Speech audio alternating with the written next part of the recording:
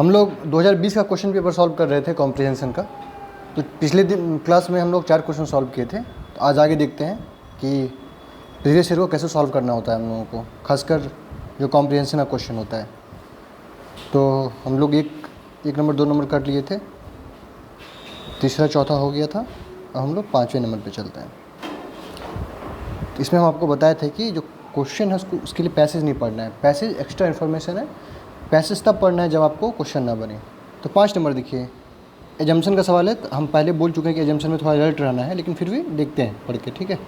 Assumption का है, पहला नंबर है biotechnology regulation is an evolving process, ठीक है। Participation of people is needed in policy decision regarding bio. अब ये वाला आप देखिए, ये देखिए आप, ये बोल रहा है कि लोगों की भागीदारी जो है बायोटेक्नोलॉजी के से रिलेटेड जो रेगुलेशन बनाएंगे उसमें लोगों की भागीदारी ज़रूरत है।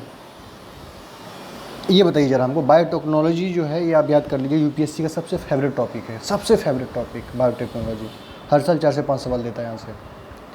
और बायोटेक्नोलॉजी हम लोग मैं खुद इंजीनियर हूँ, तो बायोटेक्नोलॉजी बिना पढ़े हमको समझ में नहीं आता है कि क्या कि मतलब इतना टेक्निकल टर्म आता है बायोटेक्नोलॉजी में।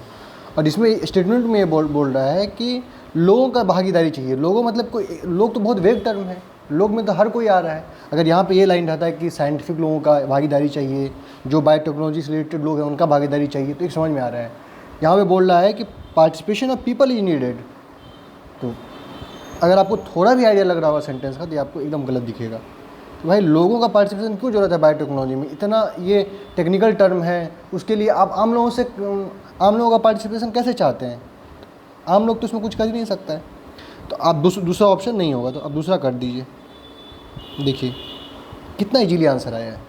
इसलिए हम आप लोगों को कहते हैं कि पैसेज जो है ये जो दे रहा है ये धोखा है। धोखा में पढ़िएगा तो फिर 1 घंटा में आपका 20 पैसेज बनेगा, उसमें भी 6-7 गलत होगा। अगले घंटा में आधा घंटा कलर करने में जाएगा, आधा घंटा बचेगा मैथ और रीजनिंग के लिए। तो आप समझ लीजिए मैक्सिमम 40 क्वेश्चन अटेम्प्ट कर पाइएगा। फिर बॉर्डर पे आएगा 65 से 70 के बीच नंबर रहेगा। ये भी नहीं पता होगा कि क्लियर हो रहा है कि नहीं हो रहा है। इसलिए आपको जो हम बता रहे हैं उसको सीरियसली लीजिए। लोग इसको लाइटली ले रहा है कि एक ज़्यादा लाइक भी नहीं है, ज़्यादा सब्सक्रिप्शन भी नहीं है, इसको क्यों देखा जाए। तो मत देखिए भाई, कोई हमको दिक्कत नहीं है। बार बार फेल करिए सीसेट में। तो 5 नंबर हो गया, आगे देखते हैं। अब इस सवाल को देखिए, अगर आप लोगों को कोई डाउट लग रहा है, आपका कोई पर्सपेक्टिव है, तो आप हमको कमेंट में करके बताइए, ठीक है। कुछ भी दिक्कत आ रहा है तो आप हमको बताइए। अगर कोई समझने में दिक्कत आ रहा है तो आपको हम स्पेसिफिक फिर समझा देंगे। अब इसको देखिए, तो दिया है, पहला है precautionary principle is not given importance in current debate on developing GM crop. ये बोल रहा है कि हम लोग जो अभी जो जीएम क्रॉप को डेवलप कर रहे हैं उसमें प्रिकॉशन नहीं बरत रहे हैं। अगर आपको आइडिया है तो एक ही जीएम क्रॉप है हमारे पास, वो है कॉटन का। और ये जो बीटी ब्रिंजल है, इसको लाइसेंस देने के लिए 6-7 साल से मांग कर रहा है, गवर्नमेंट दे नहीं रही है। आप ये सोचिए कि इतना बड़ा देश है और बायोटेक्नोलॉजी पे सबसे ज़्यादा रिसर्च चल रहा है, बस एक ही क्रॉप को हम लोग अभी तक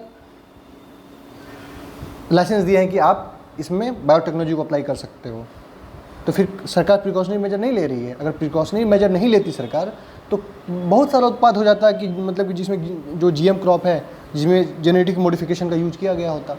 अभी तक बस एक ही है। इसका मतलब है कि प्रिकॉशनरी सरकार बहुत ज़्यादा ले रही है। बीटी ब्रिंजल जो है, बीटी ब्रिंजल में सरकार इतना ज़्यादा प्रिकॉशनरी में है कि उसको अलाउ कर ही नहीं रहा है। गलत स्टेटमेंट है। Biotechnology is not currently use in climate change mitigation and adapting mechanism. ये बोल रहा है बायोटेक्नोलॉजी को हम लोग वर्तमान में क्लाइमेट चेंज, जो मतलब कि क्लाइमेट चेंज का जो मिटिगेशन है, क्लाइमेट चेंज के कारण जो दुष्प्रभाव हो रहा है उससे बचने के लिए हम लोग बायोटेक्नोलॉजी का यूज़ नहीं कर रहे हैं। चलिए इसको हम देखते हैं। 3rd पे आइए, biotechnology role is not confined to the current priority of developing GM crop. इसमें ये बोल रहा है कि बायोटेक्नोलॉजी का जो यूज है ना, ये सिर्फ जीएम क्रॉप में नहीं है, इससे भी बहुत ज़्यादा है। आपको हम इससे पहले बोले हैं बायोटेक्नोलॉजी यूपीएससी का फेवरेट टॉपिक है और बायोटेक्नोलॉजी से हमेशा यूपीएससी सवाल पूछता है। क्यों? क्योंकि इसका जो यूज है ना, ये जहाँ से आप सोच सकते हैं उससे भी ज़्यादा है। तब तो यूपीएससी इतना से फोकस कर रहा है। चलिए इसको भी हम देखते हैं। ऑप्शन डी कर रहा है the negative impact of biotechnology are not properly understood. ये बोल रहा है कि बायोटेक्नोलॉजी का जो नेगेटिव इम्पैक्ट है अभी तक समझा नहीं गया है। अरे भाई, अगर नहीं समझा गया होता तो आप ये सोचो ना कि एक ही चीज़ को क्यों हम लोग अभी तक अलाउ करते हैं। बहुत चीज़ का लॉ कर देते हैं। उसका नेगेटिव, अभी हम लोग जो बिलिटी ब्रिंजन को क्यों नहीं दे रहे हैं? सरकार को ये डर है कि इसका नेगेटिव इम्पैक्ट हमारे दूसरे फसल पे ना पड़ जाए। गलत स्टेटमेंट है। अब इस दोनों को आप देखिए, आपको हम क्या बताएं, बायोटेक्नोलॉजी का जो रोल है, यूज है, वहाँ तक है जहाँ तक आप सोचना बंद करिएगा उससे आगे भी है। तो क्लाइमेट चेंज में अगर आपको पता है कि नहीं है तो आप इसको रुक जाइए, आप इसको पढ़िए, आप इस ऑप्शन को पढ़िए, इसमें इसको पढ़िए क्या लिखा हुआ है। Biotechnology role is not confined to the current priority, मतलब जीएम क्रॉप तक ही सीमित नहीं है बायोटेक्नोलॉजी, उससे भी बहुत आगे। यही चीज़ तो आपको हम कह रहे हैं कि यूपीएससी के लिए बहुत इंपॉर्टेंट टॉपिक है, क्योंकि इसका रोल जो है इन्फिनाइट है, हर जगह आप कर सकते हैं। ठीक है, देख कितना इजीली बन रहा है सवाल। चलिए हम लोग आगे देखते हैं, बस पैसेंस रखिए और बार बार देखिए अगर समझ में नहीं आ रहा है तो। चलिए 21 देखते हैं। पहला कह रहा है कि ये सब तो हम देखते नहीं है, जमसन है कि क्या है नहीं है, हम तो सीधा क्वेश्चन बनाते हैं। पहला है relying on foreign investment in the long term is not an economic found policy. ठीक है, देखिए हमको जो एग्जैक्ट जो जिसमें हम श्योर रहेंगे गलत होगा उसी को हम काटेंगे, जहाँ भी हमको डाउट होगा उसको हम छोड़ देते हैं, आगे बढ़ते हैं। चलिए आगे देखते हैं, आगे वाला क्या है। Policy must be undertaken to reduce volatility in foreign private investment. चलिए इसको भी देखते हैं। वैसे ये स्टेटमेंट अगर आपको थोड़ा भी आइडिया होगा तो आप इसको काट दीजिएगा, लेकिन फिर भी चलिए हम आगे देखते हैं। Policy must be undertaken to reduce volatility in FDI. चलिए आगे देखते हैं। Policy must be undertaken to strengthen domestic private investment. चलिए आगे देखते हैं। पॉलिसी मस्ट बी अंडरटेकन, इसको भी आगे देखते हैं। Public investment should be given priority over private investment. ये बोल रहा है कि हम लोगों को पब्लिक इन्वेस्टमेंट पर फोकस करना चाहिए, प्राइवेट इन्वेस्टमेंट पर नहीं। और अगर आप सरकार को देखिएगा तो मोदी जी जहाँ भी जाते हैं सबको बोलते हैं आओ भाई मेरे देश में एफडीआई लाओ, एफडीआई लाओ। कोई भी कैपिटलिज्म जहाँ पे पूंजीवाद को, जो जिस देश में पूंजीवाद का थोड़ा भी अंश है, वो एफडीआई को कंट्रोल करेगा, ऐसा हो ही नहीं सकता है। एक सेकंड बस वेट। तो हम लोग ये देख रहे थे कि public investment should be given priority over private investment. मतलब ये बोल रहा है कि पब्लिक इन्वेस्टमेंट पे हमको फोकस करना चाहिए। कौन सा सेक्टर में पब्लिक इन्वेस्टमेंट आ रहा है भाई भारत में? जो भी आ रहा है वो प्राइवेट इन्वेस्टमेंट है। चाहे आप मेट्रो देखिए, मेट्रो में कौन इन्वेस्टमेंट किया है? गवर्नमेंट किया है, वो जापान ने गवर्नमेंट किया है। और अभी जो हम लोग गवर्नमेंट जो है वो हर साल बताता है कि $80 बिलियन का एफडीआई है भारत में, पूरे विश्व में सबसे ज़्यादा एफडीआई भारत में आया है। एफडीआई बहुत इंपॉर्टेंट है, आप इसको मतलब कि अंडरस्टिमेट नहीं कर सकते हैं और इसको आप नॉन प्रायोरिटी नहीं दे सकते हैं। यही तो है डेवलपमेंट का सबसे अच्छा जरिया भारत सरकार के लिए। और एफडीआई के लिए आपको पता है मोदी सरकार कितना, मतलब कि जहाँ भी जाती है गवर्नमेंट जा रही है, और जहाँ भी मोदी जी खुद जाते हैं वहाँ से यही कोशिश रहता है कि मैक्सिमम से मैक्सिमम एफडीआई भारत में आए। तो 4 है, एकदम सही है। तो 4 सही है तो काट दीजिए। सॉरी 4 एकदम गलत है, क्योंकि हम लोग एफडीआई पे फोकस करते हैं, पब्लिक इन्वेस्टमेंट पे नहीं। तो 4 गलत है, काट दीजिए 4 को। अब बी और डी में आइए। 5वां स्टेटमेंट पढ़िए। Substantial public investment is in education and health should be undertaken. क्या मतलब वो समझ रहे हैं? इसको हिंदी पढ़िए कि शिक्षा एवं स्वास्थ्य क्षेत्र में पर्याप्त सार्वजनिक निवेश किया जाना चाहिए। शिक्षा और स्वास्थ्य के क्षेत्र में पर्याप्त सार्वजनिक निवेश करें। तो शिक्षा और स्वास्थ्य जो है ये मेन पिलर है, मेन पिलर। और यहाँ पे एफडीआई बहुत कम आता है, खासकर आजकल स्वास्थ्य में तो एफडीआई आ भी रहा है, शिक्षा में एफडीआई बहुत कम आता है। तो यहाँ पे सार्वजनिक निवेश का मतलब हुआ जो गवर्नमेंट निवेश करती है, तो यहाँ पे किया जाना चाहिए। तो हाँ, किया जाना चाहिए, क्योंकि आप इससे भी पहले पैसेज पढ़े थे कि यही ऐसा फील्ड है जो कि 50% आपका जो जॉब को है वो फिलअप कर सकता है। 50% जॉब, ये जो क्षेत्र है इसको बोलते हैं सोशल सेक्टर का क्षेत्र है ये दोनों, शिक्षा और स्वास्थ्य। तो यहाँ पे किया जाना चाहिए। तो 5 सही है। तो 5 अगर सही है तो देख लीजिए बीओडी में कौन होगा? बी होगा। ठीक है, आप लोग समझ रहे होंगे शायद।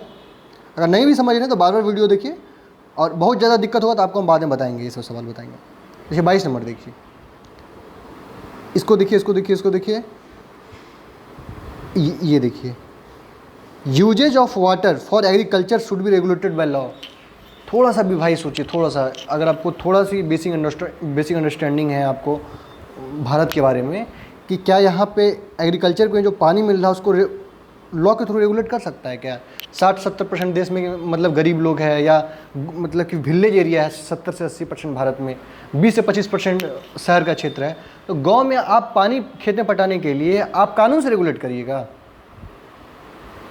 पता नहीं इंडिया में है कि यूएस में आप बात कर रहे हैं। इंडिया में तो ये तो हमको आज से 40-50 साल के बाद भी आगे नहीं दिख रहा है, अभी तो खैर कोई सवाल ही नहीं होता। तो 4 नंबर काटिए, 4 नंबर काटिए। 5वां स्टेटमेंट पढ़िए, distribution of river water, distribution, एक सेकंड रुक जाइए, distribution of river water among regions should be regulated by union government. अरे मेरे भाई, जो रिवर है, रिवर वाटर ये स्टेट गवर्नमेंट का लिस्ट है, सेंट्रल गवर्नमेंट का लिस्ट नहीं है।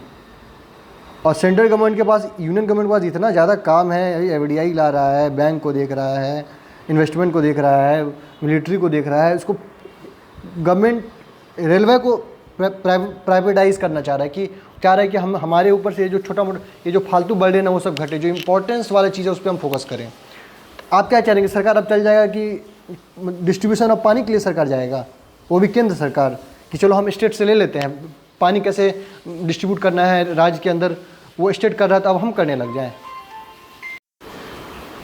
तो हम ये कह रहे हैं कि जो डिस्ट्रीब्यूशन ऑफ रिवर है ये स्टेट गवर्नमेंट का लिस्ट है, सेंट्रल गवर्नमेंट का लिस्ट नहीं है। और सेंट्रल गवर्नमेंट क्यों लगी स्टेट गवर्नमेंट से, पानी खेत में कैसे पटेगा, लोगों के पास कैसे मिलेगा, ये राज्य सरकार को ही देखने दीजिए, ठीक है। अगर आपको थोड़ा भी बेसिक अंडरस्टैंडिंग होगा तो 5 नहीं होगा, नहीं हो सकता, ये पॉसिबल ही नहीं है। काट दीजिए, देख लीजिए आंसर। तो ठीक है दोस्तों, आज हम लोग 4-5 क्वेश्चन किए हैं, तो आप लोग देखिए इसको और आप लोग का क्या रिएक्शन होगा। उसके बाद भी हम 2-3 वीडियो और बनाएंगे। अगर आप लोगों का पॉजिटिव रहता है फीडबैक तो आगे हम बढ़ेंगे, वरना कुछ दिन के लिए हम स्टॉप कर देंगे। तो तब तक के लिए थैंक यू।